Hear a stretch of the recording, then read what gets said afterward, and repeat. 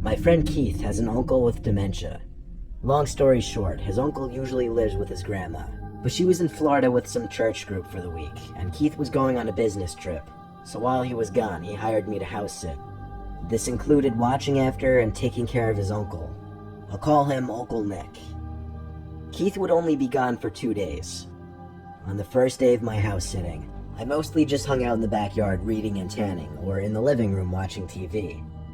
I cooked twice. Each time I made extra food for Uncle Nick, but I never saw him come out of his room upstairs. I went up to knock on his door lightly and tell him I made food. I heard a grunting noise on the other side of the door. I assumed that was his way of acknowledging me. I never actually met his uncle. Oddly enough, we weren't introduced when Keith hired me for this little job. Uncle Nick was fully aware of my being there, at least that's what Keith said. He never left his room to eat while I was in the living room, so I went up to Keith's spare room for the night. I left the door cracked open so I could listen, and I eventually heard a door down the hall opening and unsettlingly quick and heavy footsteps moving down the hall and down the stairs.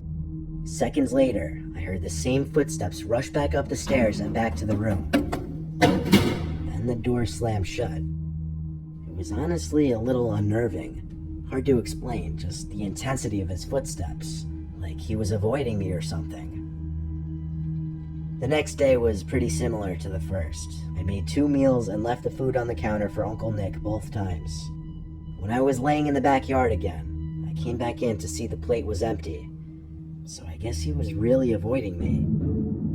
I went back out to tan some more, and when I thought about it, I looked up to the bedroom Nick was staying at, and there he was, looking at me through the window. I think when he noticed me, he ducked down. I felt so uncomfortable that I folded up the blanket and went back inside and up to the spare bedroom. It was okay. One more night of this and I'd be home. I made dinner that night and left him another plate. As I walked up to the spare bedroom, I noticed his bedroom door was open now. First time I'd seen that. Maybe he was becoming less shy. I went to brush my teeth and go to my room for the rest of the night to give him his space. I was having a rough time sleeping though. I just wasn't tired at all. While laying there in the dark, I heard a short creaking sound coming from inside the room, even over the noise of the fan next to me. I sat up and looked around, still able to slightly see in the dark room. I didn't see anything. More specifically, I didn't see Uncle Nick. I was getting paranoid, honestly.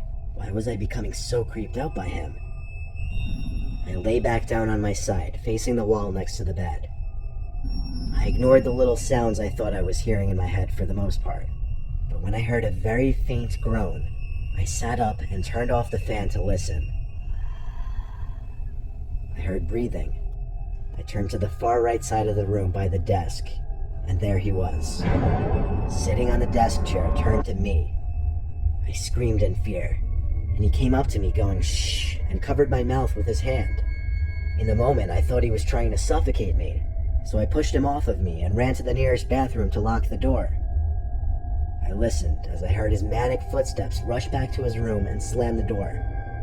My heart was pounding inside my chest. I called Keith and told him about it. He sounded like he wasn't even that shocked. That's the scary thing. He told me it's best I sleep in the bathroom with the door locked. And when he said that, it said to me that his Uncle Nick is potentially dangerous, which scares me even more. I slept maybe 3 hours max that night on the bathroom floor, and in the morning I quickly packed my backpack and waited out in the backyard for Keith to return. He paid me extra for what I had to deal with, and I suggested he get his uncle some serious help, because I think he has more than dementia, and I still don't know what his intentions were that night.